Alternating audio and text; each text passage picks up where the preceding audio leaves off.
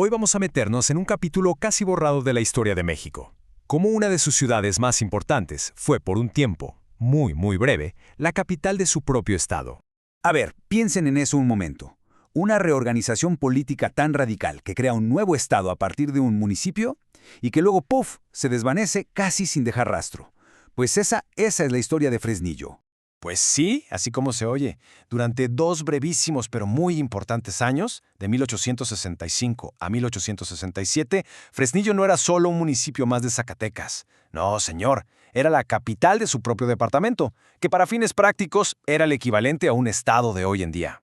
Bueno, vamos a entrarle de lleno. Esta es la hoja de ruta que vamos a seguir para descubrir cómo pasó esto, por qué no duró y qué nos dice sobre la identidad de un lugar más allá de sus fronteras en un mapa. Para entender cómo es que Fresnillo llegó a ser un estado, aunque fuera por un suspiro, primero tenemos que irnos hasta atrás, al mismísimo origen de la ciudad. La historia de cómo nació es la clave para entender por qué llegó a ser tan importante.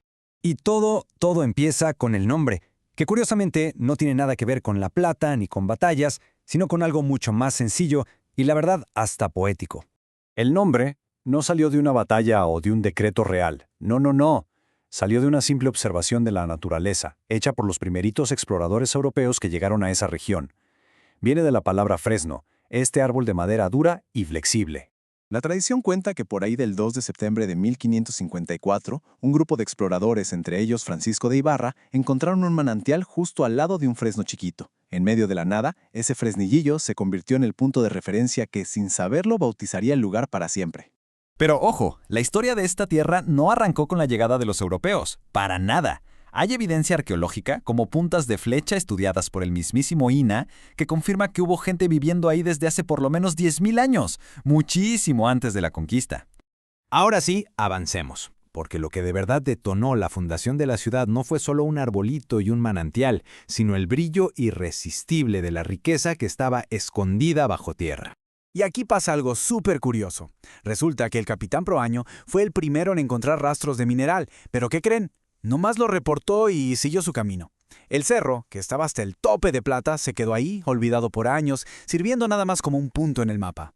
La fundación de verdad se dio en un abrir y cerrar de ojos. Un nuevo descubrimiento de plata en San Demetrio atrajo un montón de mineros de Zacatecas. Y ya que andaban por ahí, dijeron, pues vamos a darnos una vuelta al famoso Cerro de Proaño. Y el 25 de noviembre de 1566, al ver la cantidad y calidad de mineral, dijeron, de aquí somos. Y toda esa identidad, todo ese ADN forjado en esos primeros días de trabajo, fe y descubrimiento, quedó plasmado para la posteridad en su escudo de armas, que se adoptó siglos después. Cada cosita en el escudo nos cuenta una parte de la historia. El lema, pueblo que desde su fundación ora y trabaja, ya nos dice de qué va el asunto. Luego, claro, el fresno, que le dio el nombre, el pico y la pala, que son el corazón de su economía, y las armas, que representan esa mezcla de pueblos. Todo bajo la sombra de la fe. Y aquí viene la pregunta del millón. ¿Cómo es que un real de Minas, un pueblo minero, se convierte de la noche a la mañana en todo un estado? Pues la respuesta está en Europa, con un archiduque y su gran visión para México durante el Segundo Imperio. A ver, en cuanto Maximiliano llegó, se puso a chambear para rediseñar el país a su gusto. Y una de sus primeras movidas fue, precisamente, cambiar el mapa político. Le encargó al intelectual Manuel Orozco Iberra un proyecto para una nueva división territorial, y lo tuvo listo en menos de un año.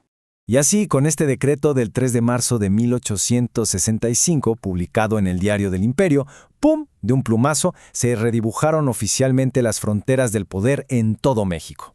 Y en esta nueva estructura imperial, Fresnillo, por su lana, por su gente y por su tremenda importancia minera, fue ascendido.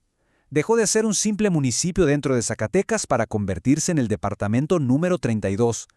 Esto le daba su propia capital y una nueva jerarquía política, un reconocimiento a su poderío. Y no era solo un cambio de nombre en un papel, ¿eh? Hablamos de un territorio político real, con límites bien definidos y una población de más de 82,000 personas. Nada más en la capital vivían 12,000. Entonces, ¿qué salió mal? O sea, ¿por qué algo tan grande duró tan poquito?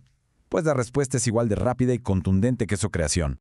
Pues porque el imperio de Maximiliano fue, como dicen por ahí, llamarada de petate. En cuanto las fuerzas republicanas de Benito Juárez retomaron el control, todo el proyecto imperial, con todo y su nuevo mapa, se vino para abajo. Una de las primeras cosas que hizo el gobierno ya restaurado fue básicamente apretar el botón de deshacer.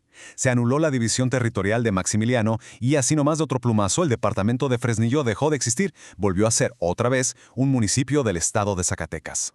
Pero aunque en el papel perdió su estatus de estado, Fresnillo nunca, pero nunca perdió lo que de verdad lo hacía importante, su identidad como corazón minero. Un título que, por cierto, presume con orgullo hasta el día de hoy como la capital mundial de la plata.